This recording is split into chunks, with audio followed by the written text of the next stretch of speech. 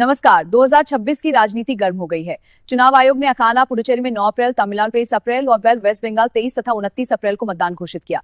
मतगणना 4 मई को खोली। इन 5 राज्यों और केंद्र शासित प्रदेश में कुल 824 सीटों पर लगभग 4 करोड़ मतदाता वोट डालेंगे। मॉडल कोड ऑफ कंडक्ट तुरंत प्रभावी हो गया है।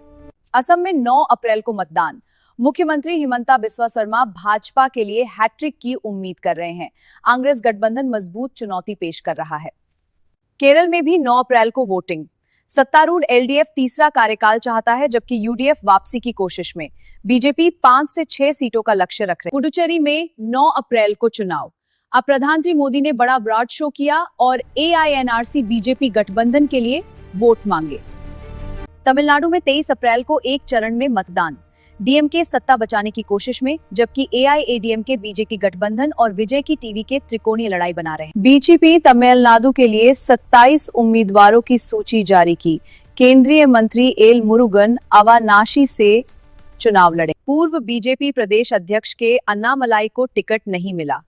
उन्होंने चुनाव न लड़ने का फैसला लिया, लेकिन एनडीए के लिए प्रचार करेंगे। कांग्रेस ने डीएमके गठबंधन में 27 के सीटों पर उम्मीदवार घोषित किए। मेलूर सीट अभी घोषित बाकी है। अभिनेता विजय की तमिलगा वेत्री कजगंग पहली बार चुनाव लड़ रही है। ये तमिलनाडु में नया विकल्प बन सकती है। पश्चिम बंगाल में 2 चरणों में मतदान 23 और 29 अप्रैल।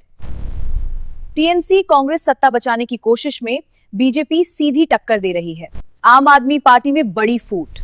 राघव चड्ढा को राज्यसभा डिप्टी लीडर पद से हटा दिया गया। अशोक मित्तल को नई जिम्मेदारी सौंपी गई। चड्ढा ने जवाब दिया, साइलेंस्ड नॉट डिफीटेड। उन्होंने संसद में उठाए मुद्दों का वीडियो शेयर कर पार्टी पर सवाल खड़े किए।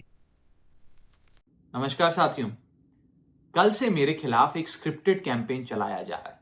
सेम भाषा, सेम बातें, सेम आरोप। ये कोई कोइंसिडेंस नहीं है, बल्कि एक कोऑर्डिनेटेड अटैक है। पहले मैंने सोचा कि मुझे इसका जवाब नहीं देना चाहिए। फिर लगा कि कहीं एक झूठ को 100 बार बोला जाए तो कुछ लोग मान ना लें, इसलिए मैंने सोचा कि जवाब दूं। आम आदमी पार्टी ने 3 आरोप लगाते हुए यह कहा कि इन 3 आरोपों की वजह से हम राघव चड्ढा को पार्लियामेंट में बोलने का मौका नहीं देंगे। राघव चड्ढा के पार्लियामेंट में बोलने पर रोक इसलिए लगाई गई क्योंकि उन्होंने ये 3 गलतियां करी। मैं एक एक करके इन तीनों पर आपसे बात करना चाहूंगा। पहला आरोप कि जब ऑपोजिशन पार्लियामेंट से वॉकआउट करता है, सदन से वॉकआउट करता है, तो राघव चड्ढा वहीं बैठे रहते हैं, वो वॉकआउट नहीं करते। यह सरासर झूठ है, सफेद झूठ। मैं चुनौती देता हूं, एक इंस्टेंस, एक दिन ऐसा बताइए जब ऑपोजिशन ने वॉकआउट किया हो और मैंने उनका साथ ना दिया हो, मैं साथ में वॉकआउट नहीं किया हो। और पार्लियामेंट में तो हर जगह सीसीटीवी कैमरा है। आप सीसीटीवी कैमरा निकाल कर दिखा दीजिए, दूध का दूध और पानी का पानी हो जाएगा। दूसरा आरोप लगाया कि राघव चड्ढा ने चीफ इलेक्शन कमिश्नर के इंपीचमेंट मोशन पर, यानी कि मुख्य चुनाव आयुक्त को हटाने वाली जो याचिका थी, उस पर साइन करने से मना कर दिया। दूसरा सफेद झूठ। ना मुझे आम आदमी पार्टी के किसी भी नेता ने इस मोशन पर साइन करने के लिए कहा, ना औपचारिक तौर पर कहा, ना अनौपचारिक तौर पर कहा। और आम आदमी पार्टी के राज्यसभा में कुल 10 सांसद हैं, जिनमें से 6 या 7 सांसदों ने इस मोशन पर खुद ही साइन नहीं किया। तो भला इसमें मेरी क्या गलती? खाली सारा दोष मुझ पर ही क्यों मढ़ा जा रहा है? और इस मोशन के लिए राज्यसभा में कुल 50 सिग्नेचर चाहिए होते हैं, यानी कि 105 विपक्षी सांसदों में से मात्र 50 सिग्नेचर से ये याचिका पूरी हो जाती। तो इतना शोर क्यों? और तीसरा आरोप जो मुझ पर लगाया गया वो ये था कि राघव चड्ढा डर गए हैं और इसलिए वो बेकार मुद्दे उठाते हैं। पहली बात मैं बता दूं कि मैं पार्लियामेंट में शोर मचाने, चीखने, चिल्लाने, माइक तोड़ने या गाली देने नहीं गया।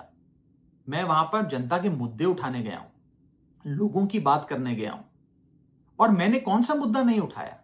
मैंने जीएसटी से लेकर इनकम टैक्स की बात करी, पंजाब के पानी से लेकर दिल्ली की हवा का मुद्दा उठाया, हमारे सरकारी स्कूलों की हालत से लेकर कैसे पब्लिक हेल्थ केयर इंस्टीट्यूशंस को मजबूत किया जाए, इंडियन रेलवेज में जो पैसेंजर्स ट्रैवल करते हैं उनकी समस्याएं रखी, यहां तक कि मेंस्ट्रुअल हेल्थ, एक ऐसा मुद्दा जिसके बारे में लोग बात करने से कतराते हैं, वो बातें तक रखी। बेरोजगारी से लेकर महंगाई तक तमाम मुद्दे उठाए। आप मेरे 4 साल का पार्लियामेंट का ट्रैक रिकॉर्ड उठाकर देख लीजिए। और मैं पार्लियामेंट में इंपैक्ट क्रिएट करने गया हूं। मैं पार्लियामेंट में रकस क्रिएट करने नहीं गया।